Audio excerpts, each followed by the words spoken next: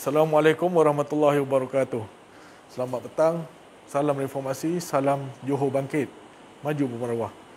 Hari ini merupakan hari yang kelima setelah penamaan calon, di mana calon-calon kita telah memulakan kempen bagi PRN Johor pada kali ini. Bersama saya pada hari ini ialah Yang Berhormat Saudara Tuan Haji Hassan Abdul Karim, Ahli Parlimen Pasir Gudang. Selamat datang Pak Hassan. Di sebelah kiri saya merupakan calon bagi kerusi N43 Permas, Tuan Syed Osman bin Abdullah,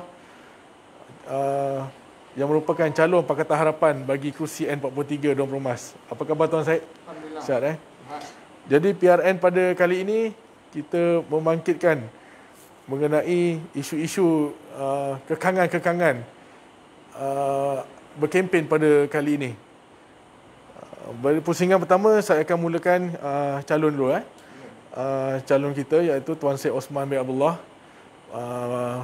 Sebelum tu saya minta inilah bagaimana soalan bagaimana kempen sepanjang kempen 5 hari ini. Saya serahkan kepada Tuan Syed. Assalamualaikum warahmatullahi wabarakatuh. Salam sejahtera. Assalamualaikum warahmatullahi wabarakatuh. Alhamdulillah rabbil alamin. Wassalatu wassalamu ala asyrafil wa ala alihi wa sahbihi ajma'in. Amma ba'd. Saudara pengacara majlis yang berhormat Puan Haji Hassan bin Karim, Ahli Parlimen Pasir Gudang, dan tuan-tuan dan saudara yang saya hormati sekalian, seperti disebut oleh moderator, hari ini adalah hari yang kelima kita berkempen dengan beberapa peraturan yang kadang-kadang mengelirukan calon, terutama calon-calon yang akan turun ke padang. Walaupun ada masanya kita terpaksa akur, ya, peraturan yang ditetapkan. Yalah, saya bukanlah orang yang mahir dalam sudut undang-undang. Mungkin sebelah kiri saya Yang Berhormat Hassan bin Karim lebih dikenali dengan Pak Hassan. Tetapi kekangan itulah yang menyebabkan kami rasa tertekan. Baru-baru ni bila kita berkempen, tak dibenarkan edar risalah. Setahu saya sebenarnya inilah masanya calon-calon nak perkenalkan diri sendiri. Apa tawaran-tawaran daripada parti masing-masing termasuk calon. Kalau calon diizinkan oleh Allah Subhanahu Wa Taala untuk sekiranya dibenang, maka calon tu ada visi dia sendiri. Ada matlamat dia. Akhirnya kekangan inilah yang menyebabkan calon masih jadi tanda tanya. Saya bagi contoh YB dan juga moderator. Semalam, 2 hari lepas, salah seorang yang saya kenali, beliau disaman kerana kesalahan edar risalah. Masa berkempen edar risalah dengan bayaran yang dikenakan RM1,000. Ini yang menyebabkan kita tertanya. Begitu juga dengan ceramah. Kalau dulu dikatakan boleh ceramah hingga 100 orang, tiba-tiba tak boleh. Ditukar pula hanya boleh dalaman saja. Tak apalah, kita akur lagi. Begitu juga dengan bila kita masuk ke pasar malam pula, face mask boleh edar, boleh masuk, boleh edar. Tetapi dikuatkuasakan 5 orang saja calon dan lain-lain yang boleh masuk. Tak apa, itu pun kita terima lagi. Tapi edar risalah tak boleh. Face mask boleh. Ada setengah tempat, contoh saya pergi di Permas, dibenarkan. Datang pula ke Pasir Gudang, tak boleh pula. Jadi tempat yang sama tetapi kedudukan berbeza. Don yang sama, Don Permas. Jadi inilah yang menyebabkan kita tertanya, apa sebenarnya SPR dan pihak berkuasa? Siapa sebenarnya yang ketika pilihan raya ini, setahu saya seharusnya SPR yang mempunyai kuasa. Sebab ketika ini calon-calon yang sedang berkempen, calon ini adalah yang dia untuk berjumpa dengan pengundi dia, nak berjumpa dengan rakyat, untuk kita tarik, kita mohon mereka sokongan pada parti-parti yang bertanding, termasuklah calon sendiri. Tetapi yang kita tengok terbatasnya aktiviti kita dengan kaedah yang berbeza. Saya ulang sebut lagi saudara. Saya berkempen banyak memang di bawah Don Permas, 2 lokasi yang berbeza. Di Permas, dia kata boleh masuk berkempen tapi tak dibenarkan bawa risalah. Tetapi saya berhujah. Saya kata calon, saya nak perkenalkan diri saya melalui kaedah apa? Saya nak bercakap tak boleh, nak berceramah tak boleh. Izinkan saya bawa masuk, saya cakap. Saya nak pegawai SPR, bukan pihak polis, saya cakap. Saya nak pegawai SPR. Setelah kita bertekak sikit, boleh pula, tapi dengan syarat, iaitu kena letak face mask dengan risalah tadi bersama sekali. Itu yang saya sebut moderator, pengacara majlis. tempat yang sama tapi kaedah berbeza. Itu yang kadang-kadang kita ramai, banyak ketika ini semalam saya berjumpa dengan calon-calon lain pun agak keliru. Maka kita harap satu keputusan dari pucuk kepimpinan supaya perkara ini dibincang. Walaupun masih ada 10 hari lagi, lebih kurang 10 hari lagi, mungkin perkara ini akan boleh dibincangkan. Itu pusingan pertama saya. Terima kasih. Terima kasih Tuan Syed. Okey, sekarang ni pusingan yang panelis terusnya, Yang Berhormat Tuan Haji Hassan Karim, Ahli Parlimen Pasir Gudang. Untuk makluman, Dom Permas merupakan di bawah kawasan Parlimen Pasir Gudang. Jadi saya minta pandangan Yang Berhormat sendiri mengenai kempen pada kali ini. Adakah undang-undang ini untuk menyekat calon lawan untuk berkempen pada PRN Johor kali ini? Silakan. Atas. Bismillahirrahmanirrahim. Assalamualaikum warahmatullahi taala wabarakatuh. Saudara moderator dan saudara Syed Osman, calon Don Permas N43 ya. Ya. Tadi sebentar tadi kita mendengar daripada pengalaman calon sendiri menghadapi masalah apabila beliau berkempen berdepan dengan SOP yang ditetapkan oleh Kementerian Kesihatan, SPR, yang tidak jelas dan menimbulkan masalah. Ya. Okay. Dari segi undang-undang, prinsipnya ialah undang-undang pilihan raya ini mesti adil kepada semua calon. Pada waktu ini tak ada calon kerajaan atau calon pembangkang. Semua calon sama saja. Yang ada kita lihat calon-calon daripada parti yang masih jadi kerajaan sementara ni nampaknya dapat peluang melalui televisyen kerajaan, televisyen swasta yang dikuasai oleh parti-parti ini. Manakala calon-calon daripada parti pembangkang khususnya, termasuk calon Pakatan Harapan di Don Permas, Don Johor Jaya ini menghadapi kekangan. Jadi saya melihat bahawa pihak SPR yang mengendalikan pilihan raya ini mestilah bersikap telus. Begitu juga dengan pihak penguatkuasa, polis dan sebagainya, mesti adil. Mesti adil. Undang-undang mesti seragam lah. Tapi kalau ada tempat yang boleh edar risalah, ada tempat tak boleh edar risalah, ini tak betul lah. Kan? Jadi ini menunjukkan ada kelemahan terutama di pelaksanaan di peringkat SPR. Pada awal dulu, sebelum penamaan calon dijanjikan SOP akan lebih tidak terlalu keras, tetapi lebih fleksibel untuk membolehkan calon-calon berjumpa pengundi di kawasan mereka yang jumlahnya berpuluh ribu di sesuatu tempat itu. Jadi dalam pilihan raya ini, pengundi nak membuang undi, nanti dia mestilah mendapat maklumat yang tepat, yang betul, dan ini hanya boleh dapat jika dapat membaca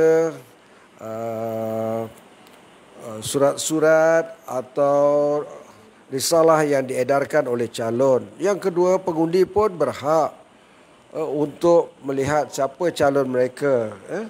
Tapi kalau nak melakukan walkabout, berjalan kan, ada setengah tempat ada yang kena compound, ini akan dia menghalang lah. Dan lagi satu iaitu disebut tadi oleh calon kita di Permas ini, iaitu ceramah kelompok boleh dibuat, ya. Seramai tak lebih 100 orang kan, tapi di dalam bangunan timbul masalah juga untuk mendapatkan dewan. Kalau yang lepas-lepas maknanya boleh diadakan di tempat-tempat ceramah dengan kita banner kemah dan sebagainya, tapi sekarang dah tak boleh kan.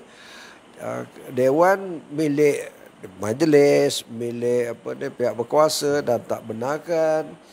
Jadi dari segi undang-undang, sebenarnya benda ini kalau nak dicabar di mahkamah boleh kan, tapi pada calon ini waktu tengah sibuk nak takkan nak bawa pergi ke mahkamah. Jadi berlaku adil lah. Saya sebagai ahli parlimen Pasir Gudang dan sebagai pengamal undang-undang, kita haraplah kan, janganlah undang-undang ini sengaja diketatkan sehingga tak menasabah untuk menghalang calon-calon parti-parti politik yang sedang berkempen ini kan, daripada melaksanakan tanggungjawab mereka sebagai calon itu. Dalam hal itu saya tidak menafikan bahawa kita juga menjaga SOP ini supaya dapat mengelak daripada penularan COVID dan sebagainya. Tapi keseimbangan itu mesti ada lah, mesti adil. Terima kasih saudara moderator. Baik, terima kasih Yang Berhormat Tuan Haji Hassan Karim, Ahli Parlimen Pasir Gudang, panelis kedua kita pada hari ini. Baik, saya ke calon N43 Permas dari Pakatan Harapan, Tuan Syed. Mengenai Tuan Syed untuk rekod, Tuan Syed merupakan calon masa PRU ke-11, 12, 13 dan kali ini kali yang keempat. Apa respon pengundi pada kali ini? Boleh kita share sikit? Terima kasih saudara moderator yang berhormat. Alhamdulillah, yang pertama sebab mungkin pengalaman 3 kali bertanding atas tiket parti sejarah saya, iaitu Parti PAS. Dan sudah tentulah dalam masa begitu lama dan hampir 20 tahun saya berkhidmat sukarela lah ibaratnya. Rakan-rakan dah dikenali dan mudah dikenali, dan begitu juga dengan masyarakat Cina dan masyarakat India. Kita dah lama bina hubungan yang baik, agak mudah sedikit untuk saya berkomunikasi dengan diorang dan diberi ruang untuk berjumpa. Cuma yang saya sebut tadi, kekangan itu yang menyebabkan kita rasa tertekan sikit. Dari segi konsep lain saya tak ada masalah jumpa dengan masyarakat Cina, dapat berjumpa dengan masyarakat India, juga dengan sahabat-sahabat kaum-kaum yang lain termasuk Sabah dan Sarawak. Kita dah lama servis. Begitu juga dengan terima kasih kepada Ahli Parlimen Pasir Gudang secara tak langsung. Program-program kebajikan itu ada yang masa kesempatan saya hadir bersama Yang Berhormat dengan tim Parlimen Pasir Gudang secara tak langsung. Saya pun dikenali dan mereka pun kenal saya. Itu secara tak langsung memudahkan saya dalam aktiviti kempen calon ni. Yang tak mudah yang saya sebut tadi tu. Okey, itu saja. Terima kasih Tuan Syed. Yang Berhormat Tuan Haji Hassan Karim, sebagai orang yang berpengalaman luas dalam politik, mungkin 7 kali bertanding. 7 kali bertanding dalam arena politik, terutama di Johor lah. Jadi pada kali ini, khususnya di Dom Permah ni, kita menghadapi saingan 5 penjuru dan juga beberapa kursi yang di Don lain menghadapi kursi yang lebih daripada 2 penjuru. Apa respon Yang Berhormat sendiri mengenai kelebihan kepada parti mana pada kali ini?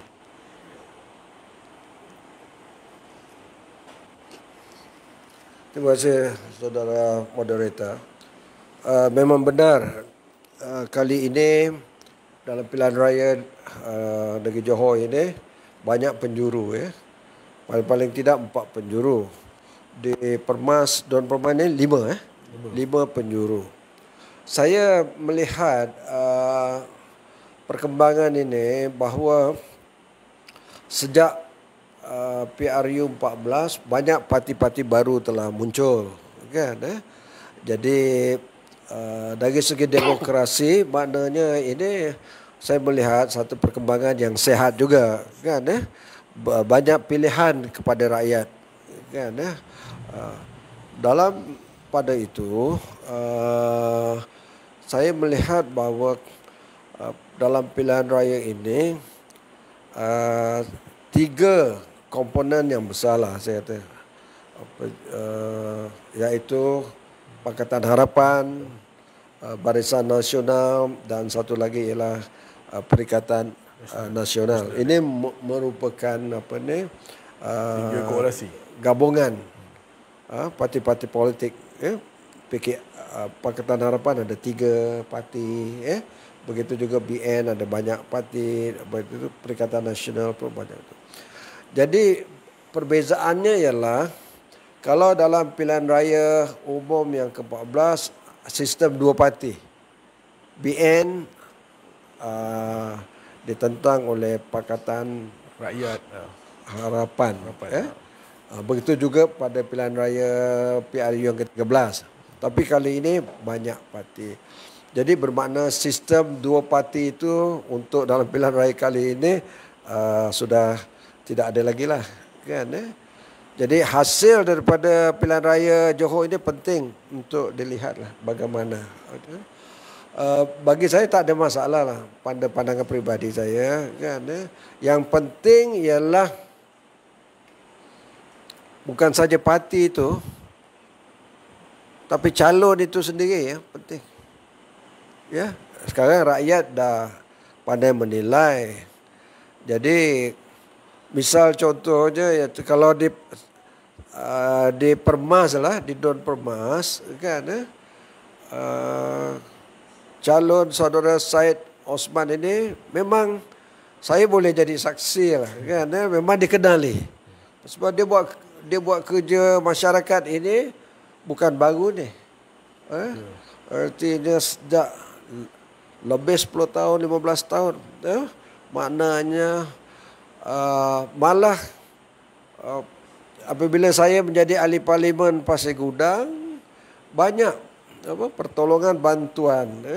Untuk saya nak tahu di mana kawasan ramai orang miskin, golongan mana yang terpinggir, kan? Saya tak dapat data daripada Jabatan Kebajikan Masyarakat dan sebagainya. Sebelum dapat, saya dapat daripada Tuan Syed, kan? Itu maknanya rakyat akan melihat.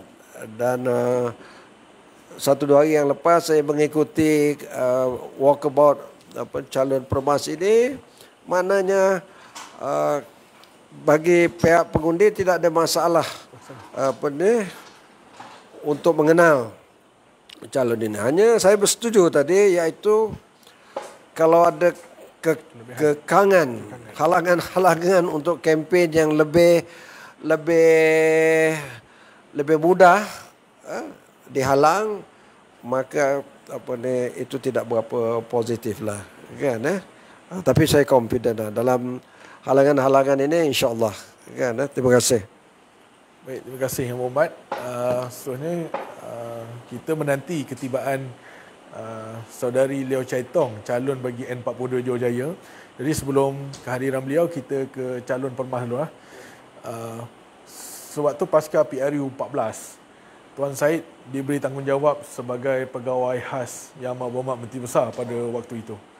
Jadi adakah sebagai pegawai khas, apakah manfaat yang dapat kita gunakan pada Tuan Syed gunakan PRN pada kali ini?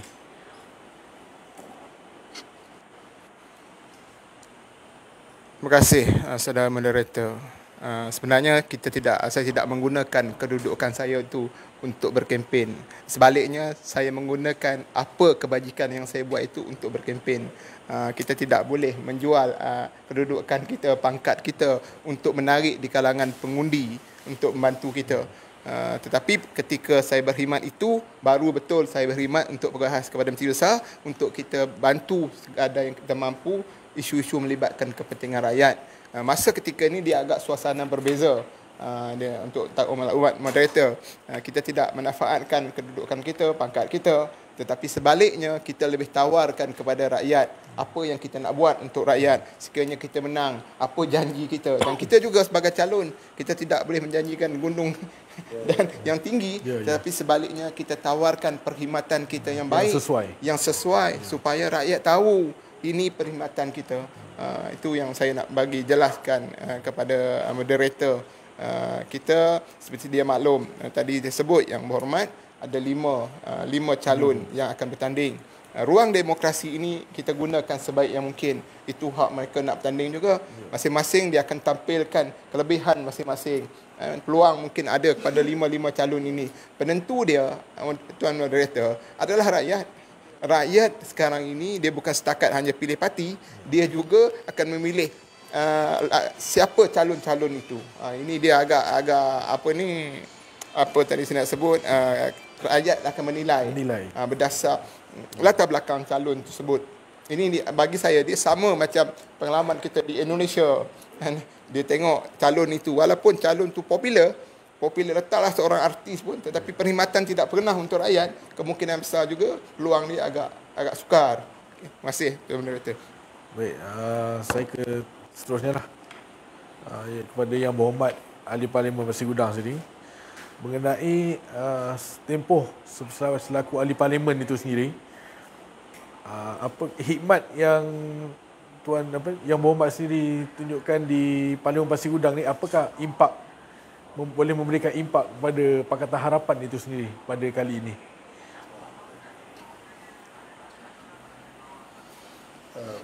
Terima kasih saudara moderator. Iaitu yang sebaik-baiknya untuk menilai impak atau kesan yang dibuat oleh ahli parlimen bagi kawasan-kawasan itu ialah pihak di luar, bukan ahli parlimen itu sendiri. Ahli parlimen sendiri itu mungkinlah dia kata dia dah buat itu, dia dah buat ini, tapi pihak di luar yang menilai. Hanya saya boleh dengan rendah dirilah, tidak mengakulah semua telah dapat dilaksanakan, kan? Tapi saya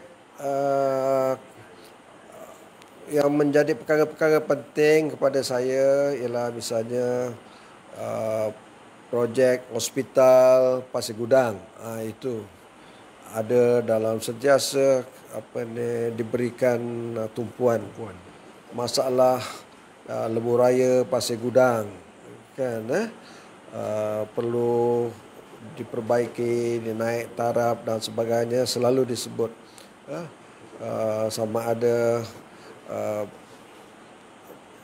cara dengan pegawai-pegawai JKR atau dengan kementerian, tapi dalam parlimen juga saya sebut, kan.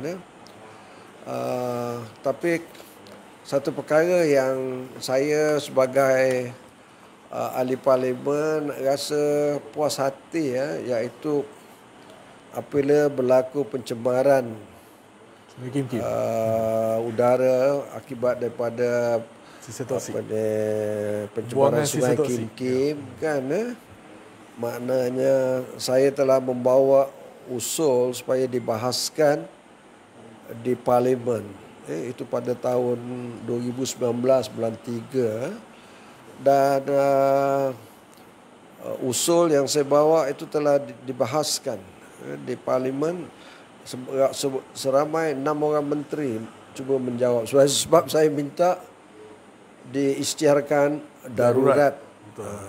Malah Perdana Menteri Tun Dr. Mahathir bekerja ke Pasir Gudang, Dr. Wan Azizah bekerja ke Pasir Gudang, kan, untuk mententeramkan rakyat di Pasir Gudang supaya jangan bimbang. Dan di Dewan Parlimen, maknanya menteri-menteri berjanji kepada saya sebagai ahli parlimen, iaitu kerajaan akan melakukan yang sebaiknya, seolah-olah darurat diisytiharkan, seolah-olah darurat. Itulah komitmennya. Dan perkara ini bukan saya sebut-sebut saja, tapi ditulis oleh bekas speaker Tan Sri Arif, dalam bukunya yang terbaru. Bagaimana dia sebut kes pencemaran Sungai Kim Kim dan peranan ahli parlimennya membawa perkara ini di parlimen, dan bagaimana beliau sebagai seorang speaker menggunakan kuasa yang ada dalam standing order itu, membolehkan usul yang biasanya usul dibawa oleh menteri, ahli parlimen biasa susah, tetapi beliau membenarkan usul ini. Jadi ini berbandinglah dengan usul-usul sekarang selalunya banyak ditolak dan sebagainya. Kalau dibahas pun dalam kamar khas tu kecil aja. Tapi perkara penting mestilah dibahaskan dalam dewan kamar yang besar, dewan yang besar. Jadi saya melihat selain daripada itu, tumpuan saya di Pasir Gudang ini ialah masalah kebajikan rakyat lah. Kalau dalam waktu pandemik ini, Tuan Syed dapat menyaksikan bahawa bersama-samalah kami tolong menolong untuk menyampaikan bakul makanan sampai ke hari ini. Terima kasih. Terima kasih. Saya tertarik dengan satu apa yang YB cakap tadi lah mengenai Pasir Gudang ni, iaitu hospital dan jalan raya, kualiti jalan raya. Jadi saya nak sentuh sikit lah. Mungkin boleh diulas oleh calon mengenai kualiti lebuh raya Pasir Gudang ini. Kita ada dua lebuh raya utama yang menghala ke industri Pasir Gudang, iaitu lebuh raya Pasir Gudang dan lebuh raya pesisir pantai EDL. Jadi saya minta Tuan Syed sendiri ulas mengenai jalan raya di dua lebuh raya ini yang kerap kali dibaiki rosak lagi dalam tempoh yang agak singkat. Baik. Silakan. Terima kasih. Saya sebut untuk maklumat saudara moderator, lebuh raya Pasir Gudang ni dia siap upgrade daripada 2 lorong kepada 3 lorong. Betul lah, 2 lorong. 2 lorong ke 3 lorong. Kepada 3 lorong ataupun 2 lorong 2 lorong kepada 3 lorong. Jadi betul, kalau dua hala tu 4 lorong ke 6 lorong lah. Kalau dua hala. Bukan. Dia mesti 2 ke 3. 2. Satu lorong sekarang jadi 2 lorong. Ya. Itu yang betul. Jadi fasa tu lah. Okey, baik. Fasa kedua. 2018 bulan 5 dia siap sepenuh ketika itu, dan kita baru menang. Kerajaan Pakatan Harapan menang ketika itu. Siap sepenuhlah, dengan ada sebahagian daripadanya lampu masih tak menyala, sebahagian daripadanya. Tak apa, itu saya tak ada masalah. 2018 siap sepenuh, hanya ambil masa 3 bulan selepas itu lebuh raya ni dia rosak balik. Dan dia menjadi satu topik perbincangan dalam media sosial ketika itu. Saya masih ingat. Saya pun dapat aduan dari pejabat Menteri Usaha, kita dapat aduan secara bertulis, Yang Hormat. Saya kata tak apalah, kita akan buat tinjauan dalam perkara ini. Hasil tinjauan ketika itu, saya sendiri turun dengan beberapa jawatankuasa, pihak JKR pun turun ketika itu. Dan saya tak merujuk pada ahli parlimen ketika itu. Saya turun atas tiket orang mengadu dekat pejabat Menteri Besar. Aduan secara bertulis turun. Dan kita tengok ketika itu kesan dia agak teruk. Sedangkan lebuh raya ni baru dibina.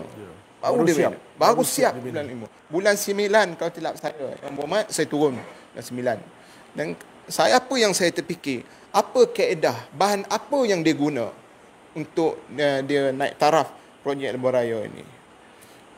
Selepas itu, dia baiki. Perkara yang sama, kadang-kadang ambil masa 1 minggu hingga 2 minggu. Perkara yang sama, dia ulang lagi. Yang kerap buat aduan ialah pihak Parlimen Pasir Gudang, Jawatankuasa Parlimen Pasir Gudang, dan juga Yang Berhormat daripada Johor Jaya. Turun tengok. Kadang-kadang waktu malam, orang mengadu, lubang. Kesan daripada itu, saudara moderator, saya ambil kira. Lebuh raya Pasir Gudang ni, pengguna lebuh raya Pasir Gudang ni, hampir 1 hari cecah sehingga 78,000, 80 hingga 90,000, tetapi bila ada ADL sebelah, dia kurang hingga 80,000. Tetapi kita kena ingat, lebuh raya Pasir Gudang ni dia kawasan industri. Melihatkan kawasan pembangunan yang besar, pesat, dengan kapasiti penduduk hampir 500,000 lebih. Sudah tentu penggunaan dia tu kerap. Maka teknologi yang ada sekarang sudah tentu tidak sesuai. Seharusnya difikir lebih awal. kerajaan memerintah ke, siapa memerintahkan, yang kita ni mengutamakan rakyat kita, mengutamakan pengguna yang melalui lebuh raya itu, terutama kesan paling besar iaitu motosikal. Itu di antara pandangan saya, mungkin pandangan yang berhormat. Saya masih ingat bersama yang berhormat, ketika itu kita dah kerajaan dah ditumbangkan. Kami turun kat lebuh raya. Ada wakil daripada pihak JKR, jurutera, seorang perempuan yang baru dah dipindahkan ke Negeri Johor. Soalan tu kita bangkit dekat situ. Dia kata sedang kajian. Yang persoalan sekarang, kajian itu sampai bila? Adakah kita nak biar rakyat kita mati tepi jalan ni lagi? Minggu yang lepas, bagaimana seorang mangsa motosikal hancur tubuh badan dia, hancur. Saya melihat sendiri seorang perempuan, ibu tunggal, anak 3, meninggal Di kawasan yang sama. kawasan, tapi Tempat dia, yang sama. tempat yang sama. Hanya faktor dia dilanggar lubang je, meninggal dekat situ juga. Dan kita nak sebutlah, ya, sekarang dia ada 2 faktor utama. Yang pertama, dia ada di bawah projek kerajaan negeri, dan juga satu lagi di bawah projek kerajaan pusat. Bagi kita, siapa jadi kerajaan, keutamaan dia mesti utamakan rakyat. Rakyat yang menang kau, rakyat yang undi kau. Dan maka tanggungjawab kita sebagai pemimpin, tanggungjawab kita sebagai pemerintah, janganlah perkara yang sama berulang lagi. Itu pandangan dan cadangan. Saya rasa yang berhormat Ahli Parlimen Pasir Gudang dah berapa kali. Waktu malam pun pemimpin Pasir Gudang turun tengok pantang hujan, perkara ni akan berulang. Kalau hujan dah 3-4 hari, saudara moderator, sudah tentu lubang-lubangnya, kesannya cukup. Satu, saya harap teknologi yang ada tidak boleh diguna lagi. Mungkin boleh mereka lebih arif, jurutera bahagian JKR lebih arif apa kaedah yang terbaik. Dan saya persoalkan, apakah kontraktor yang sama? Dia seronoklah. 1 bulan tak 3-4 kali, mungkin dia mendapat keuntungan. Esok buat lagi. Kalau macam tu biar saya jadi kontraktor. Itu saya persoalkan. Ni adakah kontraktor yang sama? Dia seronok. Tuan moderator, saya esok saya nak ambil kontrak lebuh raya Pasir Gudang, WMI. Saya senang. Betul, saya senang. Sebab apa habis sangat orang marah saya. Orang marah saya kontraktor. Tetapi yang orang marah kepada yang berhormat, hampa tak fikir. Orang marah kepada rakyat, pemimpin marah pada rakyat. Pemimpin yang jadi masalah, yang berhormat ahli parlimen akan orang persoalkan, yang berhormat daripada Johor Jaya pun akan jadi mangsa. Mesti ada jalan penyelesaian. Mesti duduk satu meja. Sebab saya sebut berulang kali ni, saya sebut lagi. Ni faham sikit. Iaitu yang jadi mangsa rakyat. Kalau esok jadi mangsa pada saudara kita, anak-anak kita, nauzubillah. Itu kita kena, dalam soal melibatkan kepentingan umum, rakyat ini kita tidak boleh pandang remeh dan kita tidak boleh sambil lewat. Begitu juga dengan lebuh raya ideal. Sebelah kanan, kalau laluan ni mana sebelah kanan saya pun sama, mengalami perkara yang sama. Ada satu tempat tu mungkin berkali-kali lubang dia. Saya pun tak tahu daripada apa. 6 bulan lepas saya dah bangkit isu ni, saya dah masuk dalam Facebook, dah masuk kepada pihak JKR. Jawapan dia, kami tengah buat kajian. Kemungkinan bawah tanah itu ada laluan air. Kalau ada laluan air, saya sebut dia jurutera. Jurutera ini yang telah diiktiraf. Dia lebih arif. Dia lebih arif. Aku ni orang politik. Sudah tentu kita akan tegur dia. Cara politik. Tu yang kita geram sangat. Soal lebuh raya Pasir Gudang. Dua-dua ni perkara yang sama. Mungkin mereka fikir tak apalah. Orang Pasir Gudang. Cuba dia. Menteri besar. Perdana Menteri. Menteri. Sila lalu lebuh raya Pasir Gudang. Ketiga apa saudara? Moderator saya nak bagi tahu. Waktu puncak. Hampa main sini tengok. Daripada pukul 8 sampai pukul 10. Begitu juga waktu petang, pukul 4 sampai pukul 7. Kita nak bagi dia rasa. Tetapi dengan syarat, hang jangan bawa escort hang, wahai menteri. Jangan bawa escort. Tak payah nak bawa escort. Hampa sendiri bawa kereta lalu kat sini. Ni saya cabar menteri-menteri. Sekarang ni masa hampa berkempen. Mari sini. Aku nak cabar hampa pukul 8 pagi, pukul 7 pagi sampai pukul 10 pagi. Balik pukul 4 pagi sampai pukul 4 petang sampai 7 malam. Tapi dengan syarat, hampa jangan bawa escort polis. Baru hampa tahu macam mana. Sekian, terima kasih moderator. Wah, saya rasa cukup hangat isu lebuh raya Pasir Gudang ini. Sebab kita lihat pun berkali-kali kita mengalami masalah yang sama. Sentiasa masalah ni sering kerap berlaku, terutama di waktu hujan yang kerap. Jadi saya minta pandangan yang berhormat jugalah, selaku ahli parlimen sendiri. Yang berhormat sendiri, saya lihat turun sendiri ke lebuh raya tersebut, melihat jalan yang tersebut agak teruk. Boleh Yang Berhormat kongsikan sikit mengenai lebuh raya Pasir Gudang ni. Apa jalan yang terbaik untuk kita selesaikan?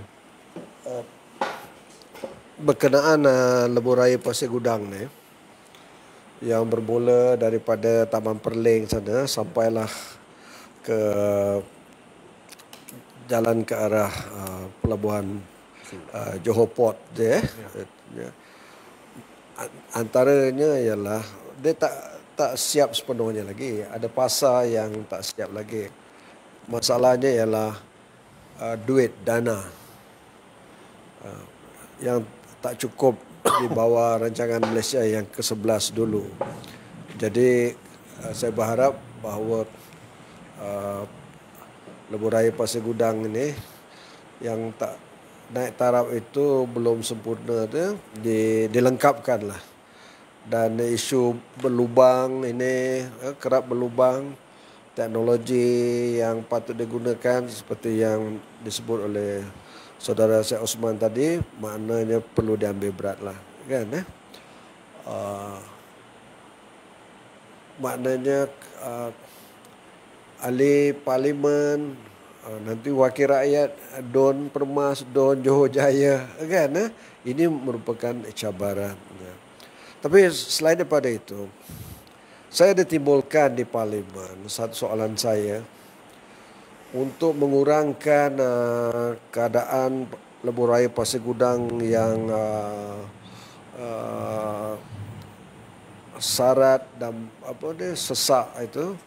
Adakah kerajaan bercadang untuk buat satu lebuh raya yang baru, yang menghubungi umpamanya daripada Nusa Damai dan sebagainya, satu jalan menghubung ke Skudai. Tapi dijawab tak ada cadangan usaha itu. Masih bergantung kepada lebuh raya Pasir Gudang yang dilalui lori, kenderaan yang banyak. Ya. Nasib baik jugalah kita ada lebuh raya EDL. Itu pun bermasalah juga di setengah tempat. Tapi saya melihat bahawa tak boleh sampai bila bergantung kepada lebuh raya Pasir Gudang ini. Maknanya kerajaan, dan saya harap kerajaan negeri Johor dan kerajaan persekutuan nanti kena fikir dua perkara, iaitu pengangkutan darat ini. Kita ada kereta api barang daripada Port Johor Port ke Tanjung Pelepas apa. Jadi maknanya laluan kereta api itu mungkin dikembangkan supaya menjadi laluan penumpang. Itu satu. Dan yang kedua, dengan Pasir Gudang dah jadi bandaraya ini, maknanya projek LRT ini juga perlu dipikirkan jangka panjang, kan? Jadi itulah cadangan-cadangan saya, saudara moderator. Terima kasih. Baik, terima kasih Yang Berhormat. Okey, untuk makluman penonton, kita ke pusingan yang seterusnya atau kita tamatkan terakhir? Teruskan dulu. Okey, ada? Setengah jam lagi. Oh, baik. Mengenai PRN pada kali ini, jumlah pengundi itu bertambah disebabkan pengundi baru. Di Johor ni hampir 700,000 lah. Juga di dua DON bawah Parlimen Pasir Gudang ni, di Johor Jaya 93,000 pengundi sekarang ni. Dan di Don Permas daripada 64,900 lebih ke 103,000. Jadi impak dia kepada anak muda sendirilah. Yang pertambahan anak muda itu agak tinggi. Jadi saya minta Tuan Syahid ulas mengenai undi anak muda pada kali ini, mengenai kesedaran politik ataupun kesedaran memilih kerajaan itu. Adakah anak-anak muda ini harus berfikir dengan baik pada PRN kali ini? Ya, sebab di antaranya saya kat sini kan. Tuan moderator, dia macam ni, ada anak muda yang saya sebut soal kajian yang dibuat oleh beberapa pihak. Saya letakkan kategori A, umur 18 tahun. Umur 18 tahun. Itu pun masih remaja, budak muda. Semalam pun saya ada buat perjumpaan dengan anak-anak muda umur 18 tahun. Bila kita bicara soal politik, dia agak tenganga. dia agak tak boleh tahu, nak. Dia tidak boleh berfikir ke arah tu. Tetapi kalau kita dapat sampaikan maklumat yang baik, dia boleh terima. Oh, macam ni ke pentingnya pilihan raya. Tetapi sejauh mana itu yang saya nak sebut tadi, awal ucapan saya. Pendekatan kita sebab halangan-halangan daripada pihak SPR ni. Kalau kita bagi maklumat, maka anak-anak muda umur 18 tahun ni dia boleh terima. Satu. Yang kedua, kadang-kadang kajian yang dibuat yang menunjukkan anak muda ini dia kebergantungan kepada keluarga. Ada setengah tu bergantungan pada keluarga. Mak dan ayah dia. Kalau mak ayah dia kata, jangan lupa undi parti ni, kemungkinan dia ikut. Yang ketiga, anak muda berkawan dengan kawan-kawan yang berumur lebih pada 21 tahun ni, mereka agak matang. Kawan-kawan dia ni yang bagi tahu kita tak boleh undi parti ni. Parti ni macam ni contoh. Mungkin pengaruh pendidikan. Pengaruh tu ada. Mana dia juga ada baca teknologi sekarang. Dia tengok perkembangan sebab apa? Sekarang ni teknologi tak kira umur. Umur 5 tahun pun dah pegang handphone. Begitu juga anak muda. Yang penting mereka ini hendak membaca. Kalau membaca, insya-Allah anak-anak muda ini berani melakukan perubahan. Zaman saya dulu tak ada teknologi ini, tak ada handphone. Kita nak membaca pun kurang. Tapi sekarang ni zaman yang serba canggih, serba dengan teknologi yang ada ni, Tuan Moderator, mereka nak membaca. Asalkan kita sebagai orang politik, daripada orang ramai yang boleh kita berjumpa kalau dengan anak-anak muda, sedikit taklimat yang kita bagi, saya meletakkan kepercayaan mereka berani melakukan perubahan. Berdasar yang saya sebut yang ketiga tadi, mereka ini boleh dapat pengaruh daripada kawan-kawan. Itu yang saya kata, insya-Allah anak-anak muda ni faham suasana politik berdasarkan kepada pergaulan mereka dengan kawan-kawan mereka. Yang kedua tadi saya sebut soal daripada ibu bapa. Ibu bapa kalau bagi tahu tak boleh ikut politik ini, maka anak muda yang umur 18 tahun ni dia boleh terikut. Yang nombor satu tadi, iaitu kalau dia nak membaca, maka dia akan dapat tahu. Itu pengalaman saya yang berhormat. Saya jumpa anak-anak muda yang saya jumpa ni umur 18 baru, yang tengah ambil SPM. Bayangkan saya kadang-kadang tak boleh fikir pelajar-pelajar yang tengah ambil SPM ni tiba-tiba menghadapi pilihan raya kecil. Ini yang kita cakap kerajaan yang ada sekarang ni, kerajaan sekarang ni tak ada kerajaan negeri lah. Kerajaan negeri yang ada sini, kerajaan yang meletakkan kepentingan perut mereka. Dia tak fikir perut rakyat. Rakyat tengah susah, rakyat tengah sengsara, dalam keadaan macam mana kita. Bagi saya, negara kita ni demokrasi. Parti mana pun nak jumpa anak muda, silakan. Satu, kita sebagai pemimpin, sama ada kita sebagai ahli politik, kita bertanggungjawab bagi tahu. Sebab apa? Anak-anak muda ini mewarisi kepimpinan negara kita. Kita sebagai orang politik, dia akan dengar, oh, politik ini dapat sampaikan mesej ini, politik ini akan sampaikan mesej ini, maka dia akan dapat perkembangan. Itu yang ini. Tapi sayangnya bila berlaku pilihan raya negeri ini, baru anak muda nak tahu apa itu politik. Kita sebagai orang politik tak sempat lah. Apa yang kita dapat pada 12 hari masa kita berkempen, kita cuba dengan pendekatan-pendekatan itu untuk kita bagi taklimat semampu mungkin. Yang kerajaan yang ada sekarang ni adalah kerajaan pencuri duit rakyat. Terima kasih. Baik, terima kasih Tuan Syed. Mengenai tempoh kempen pada kali ini banyak difokuskan kepada anak-anak muda lah, kerana golongan itu yang juga golongan yang cukup tinggi, pengundi antara umur 18 ke 35 tahun. Golongan yang pertambahan yang tertinggi di Dewan Permas ini. Baik, saya ke round ni yang berhormat sendiri. Sepanjang kempen ini, mungkin Tuan Syed berkempen mengenai Akta Anti Lompat. Kebanyakannya pengundi-pengundi memberikan respon. Aku dah undi, besok kau lompat. Aku nak parti ni, besok UMNO menang balik. Jadi di peringkat parlimen, di peringkat persekutuan, adakah rang undang-undang anti lompat parti ini akan kita terus teruskan pada bulan 3 ni untuk meyakinkan para pengundi keluar mengundi kali ini? Ya, ya. Soalan yang sangat baik dan relevan, iaitu Parti Pembangkang, khususnya Pakatan Harapan, telah menandatangani perjanjian memorandum persefahaman dengan kerajaan pimpinan Datuk Seri Ismail Sabri. Salah satu daripada klausanya, kerajaan mesti membentangkan rang undang-undang Akta Anti Lompat Parti. Sekiranya rang undang-undang tidak dibentangkan dalam sidang parlimen pada bulan Mac ini yang berakhir 24 akhir bulan, maka Pakatan Harapan telah membuat satu kenyataan persefahaman dengan kerajaan itu akan putus. Mana bukan ini bukan perkara ringan, ini serius.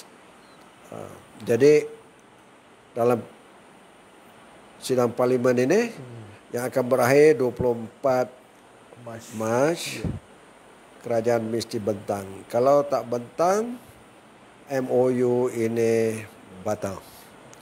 Dan ini juga telah diumumkan oleh pemimpin Pakatan Harapan. Saya sebagai ahli parlimen, sebelum saya, kalau ini tak dilaksanakan, sebelum saya tanya kerajaan, saya akan tanya pemimpin PH itu sendiri.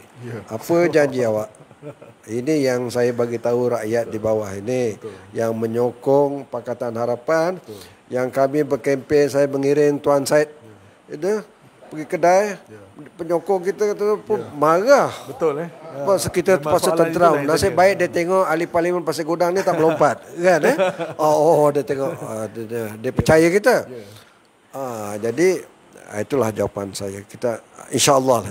Terima kasih. Insya-Allah. Jadi kita berharap Akta Anti Lompat Parti ini diluluskan di peringkat parlimen, kerana situasi pada ketika ini kita lihat rakyat tak percaya pada demokrasi itu sendiri. Jadi peratusan undi PRU14 menggambarkan harapan rakyat untuk menukar kerajaan itu, berani menukar kerajaan pada waktu itu, dan pada PRN Melaka pula peratusan itu agak rendah, hanya 65%. Jadi sebahagian rakyat itu tak percaya kepada demokrasi dan serabut dengan situasi politik pada hari inilah. Baik, kita ke pusingan yang terakhir. Boleh?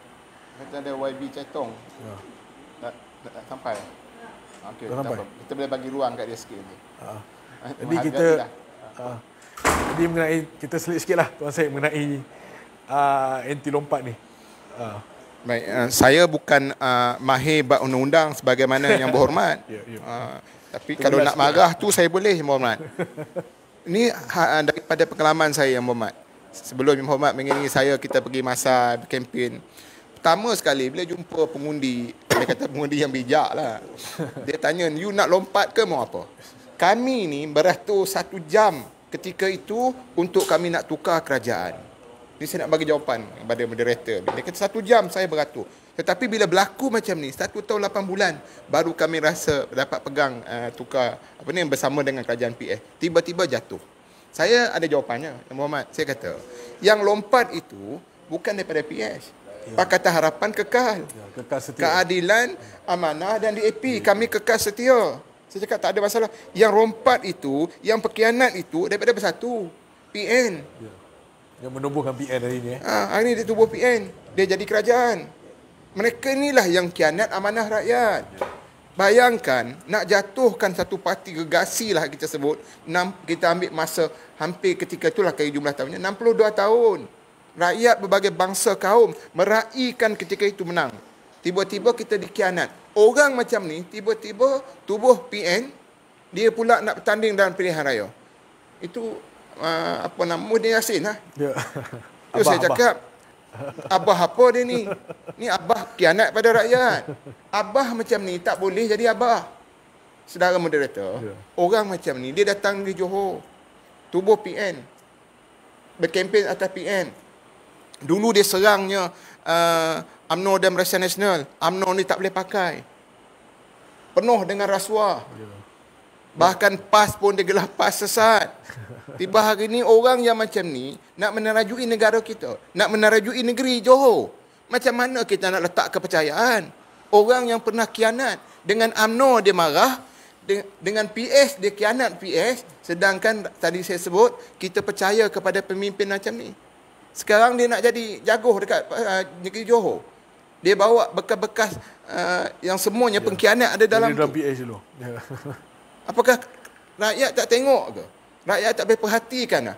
Orang yang khianat kepada Pakatan Harapan ini tiba-tiba nak merajui negara.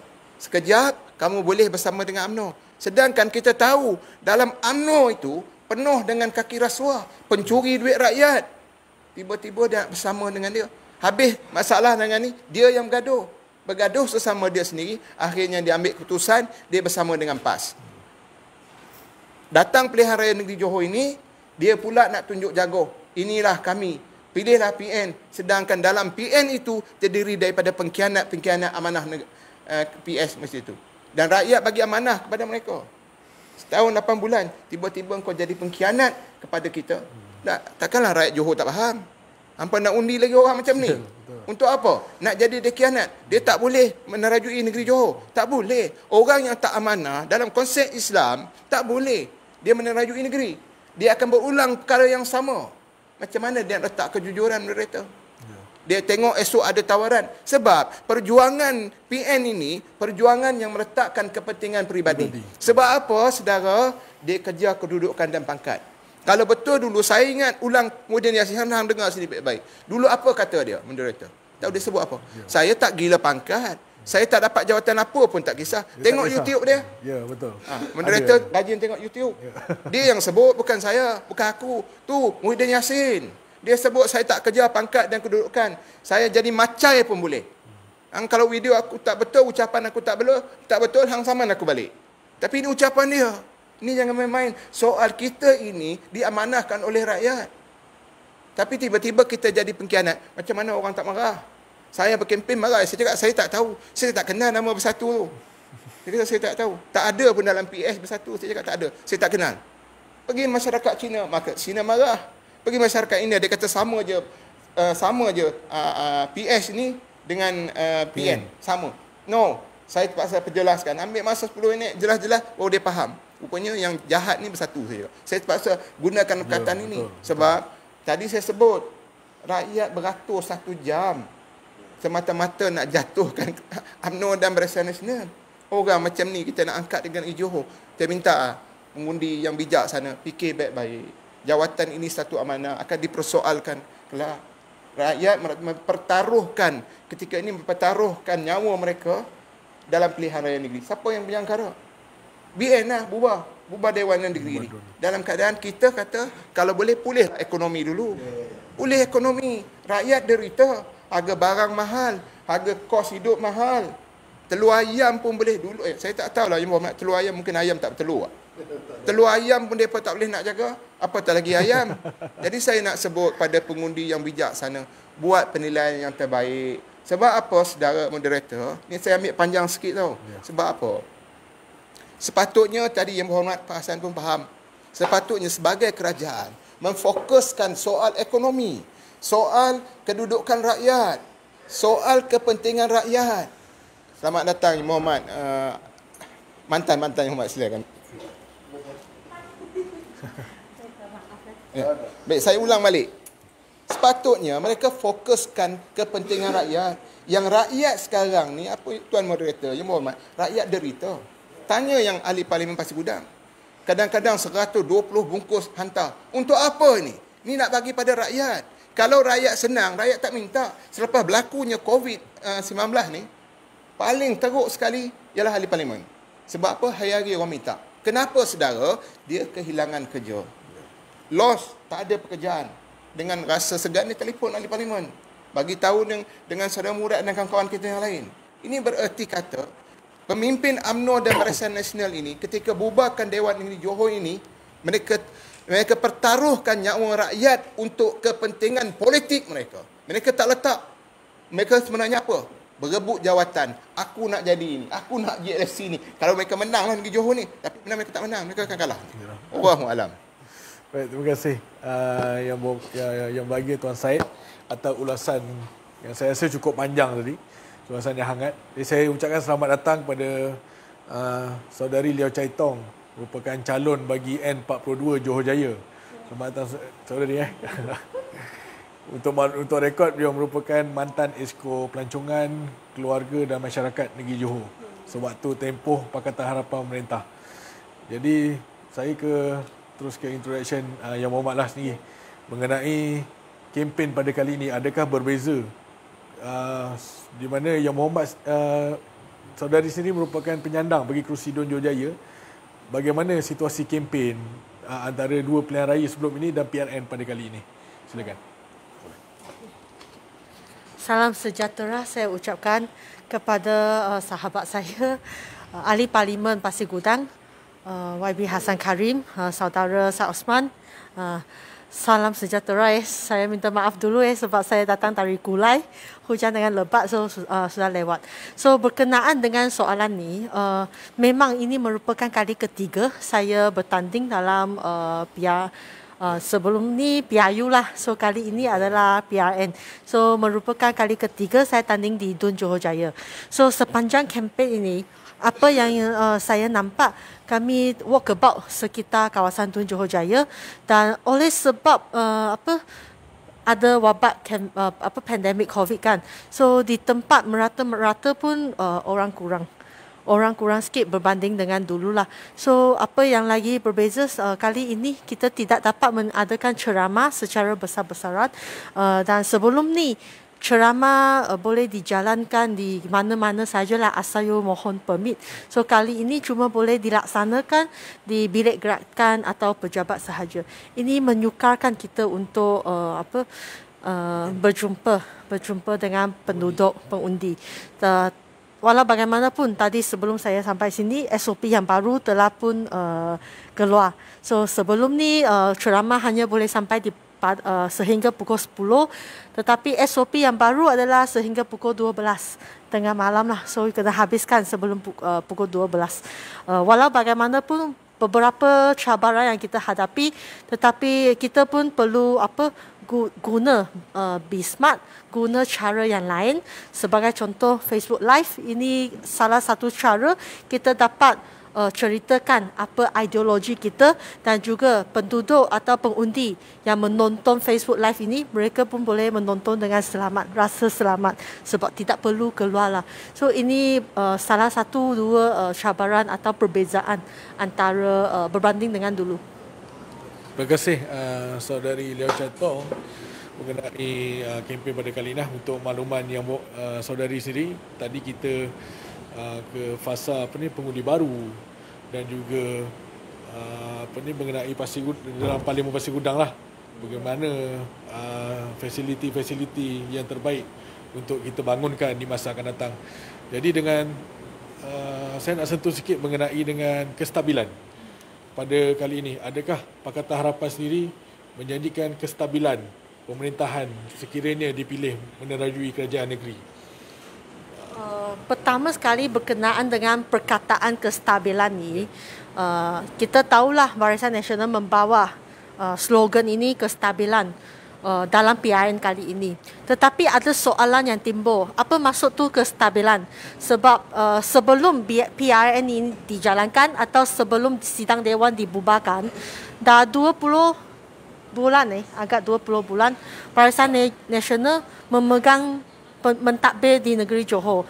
Inilah dalam 2 tahun yang lepas ni merupakan satu waktu atau satu tempo yang bukannya kurang juga, tetapi sangat penting kepada rakyat, sebab dalam wabak pandemik COVID-19, rakyat dalam keadaan sukar, kehidupan susah, ekonomi yang terjejas dan pelbagai masalah telah timbul.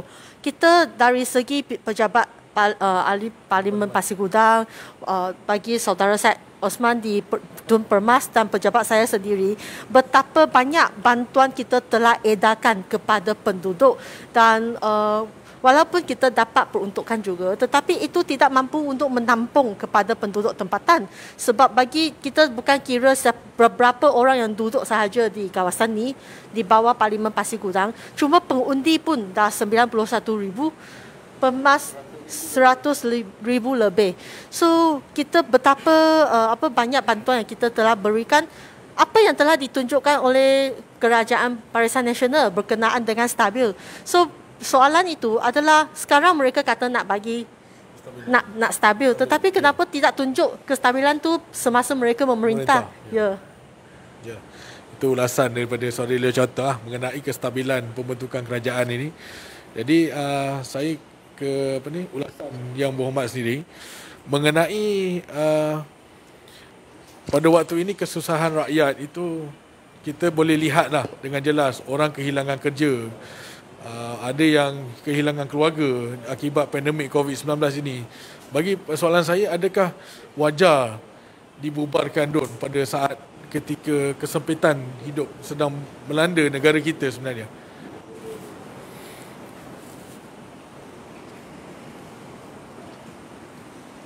Terima kasih saudara moderator dan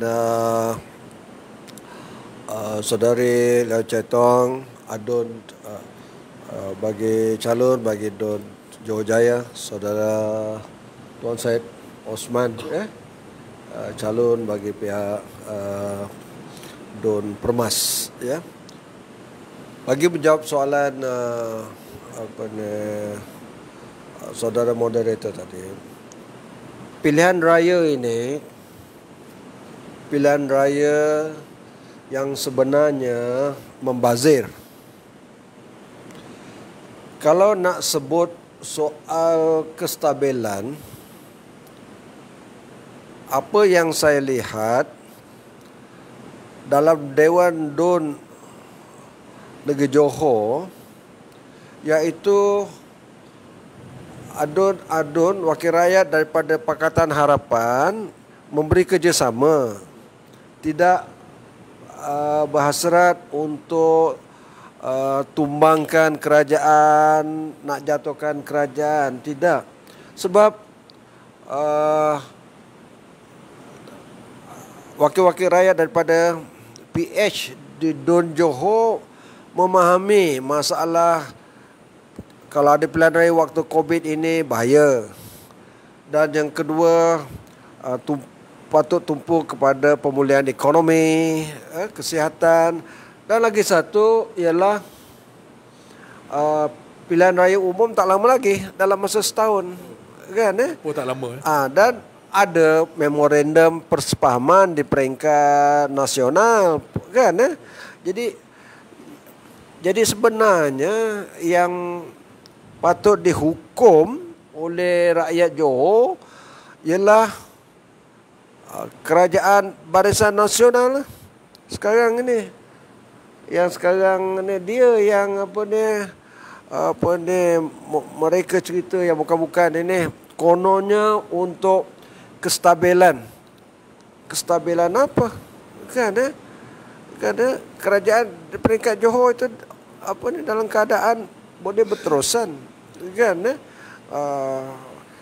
Okey. Jadi saya percaya bahawa, tapi bila dah bubar, tak maknanya pasal hadapilah pilihan raya ni, kan? Jadi pengundi kena ingat, pegawai-pegawai kerajaan kena ingat, maknanya yang jadi punca ni ialah di pihak Barisan Nasional, UMNO khususnya.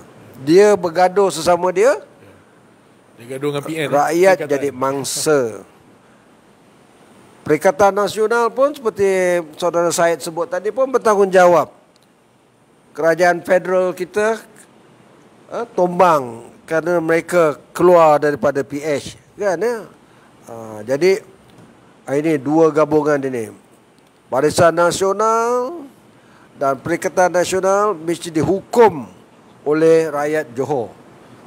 Bila disebut bangkit Johor, maksudnya rakyat beri mandat semula kepada Pakatan Harapan, kan? Bagi di Johor Jaya dan Permas, ini kita kemukakan calon-calon kita. Terima kasih. Baik, terima kasih Yang Berhormat Tuan Haji Hassan Karim. Jadi saya ke inilah Saudara Lee Chua lah mengenai PRN pada kali ini. Sudah tentu cabaran-cabarannya adalah kekangan-kekangan yang berlaku. Jadi dengan pengalaman semasa berada di dalam kerajaan dan dua penggal, adakah manfaat dan masa depan macam mana bagaimana saudari sendiri menjanjikan pengundi-pengundi di Johor Jaya pada PRN kali ini dan 5 tahun yang akan datang?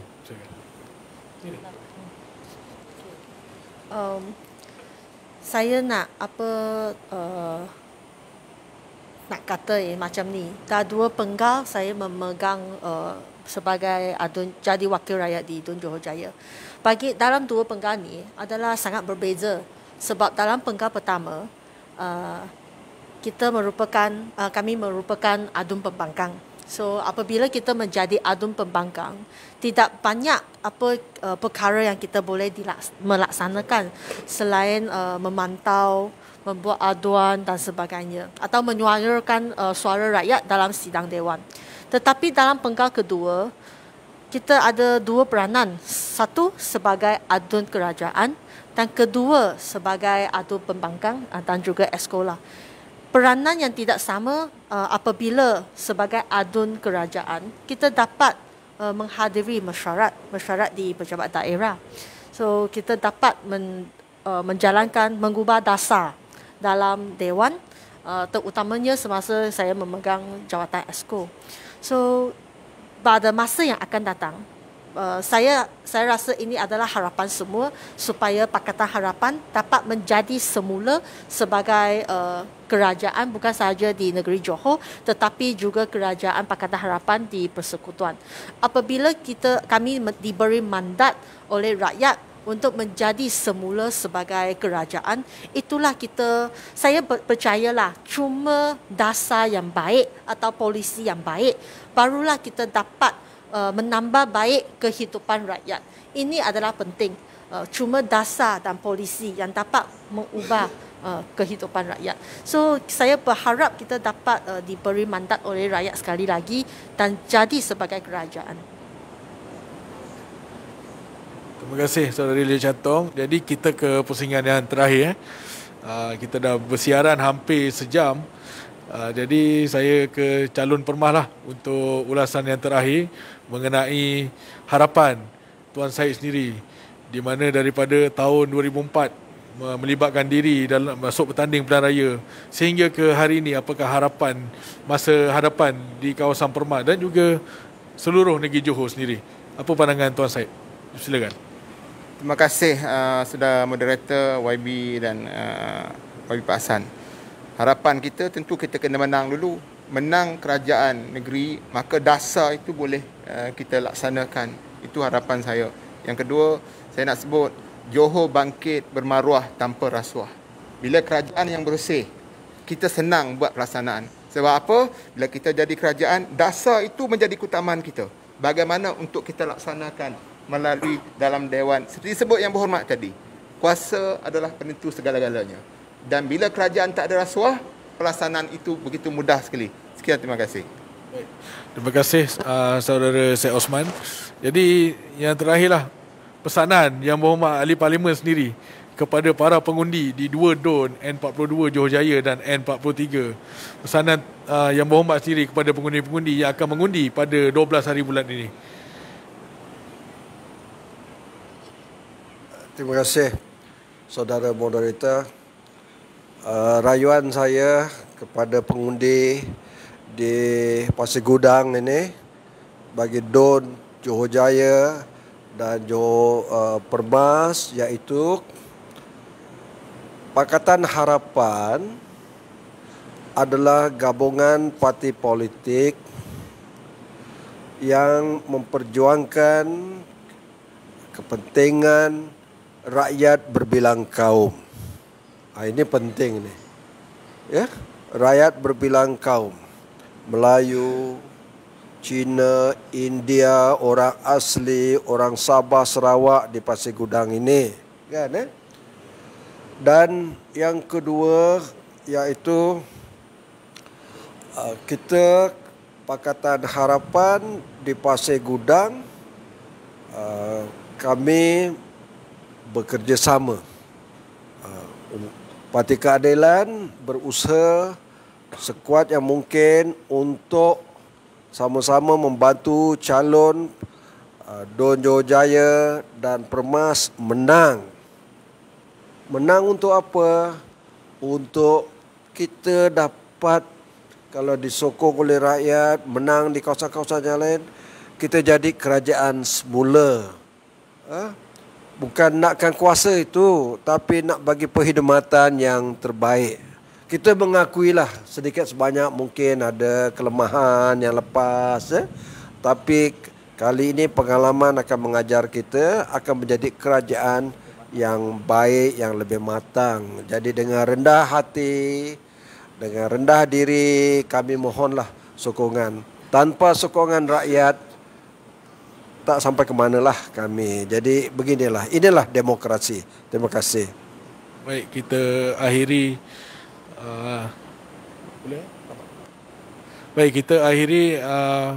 temu bual kita pada petang ini, dan insya-Allah sekiranya ada lagi program sebegini, kita akan teruskan dalam tempoh berkempen. Saya ucapkan terima kasih kepada Pusat Khidmat Ahli Parlimen Pasir Gudang yang melaksanakan program ini sebagai alternatif kita berkempen pada PRN Johor pada kali ini. Terutama jutaan terima kasih diucapkan kepada Yang Berhormat Tuan Haji Hassan Abdul Karim selaku Ahli Parlimen, Tuan Rumah lah selaku pengerusi Pakatan Harapan Pasir Gudang sendiri yang concern terhadap kedua-dua calon di bawah Parlimen Pasir Gudang. Dan kita ucapkan selamat berkempen dan selamat berjaya kepada kedua-dua calon bagi N42 Johor Jaya dan N43 Permas.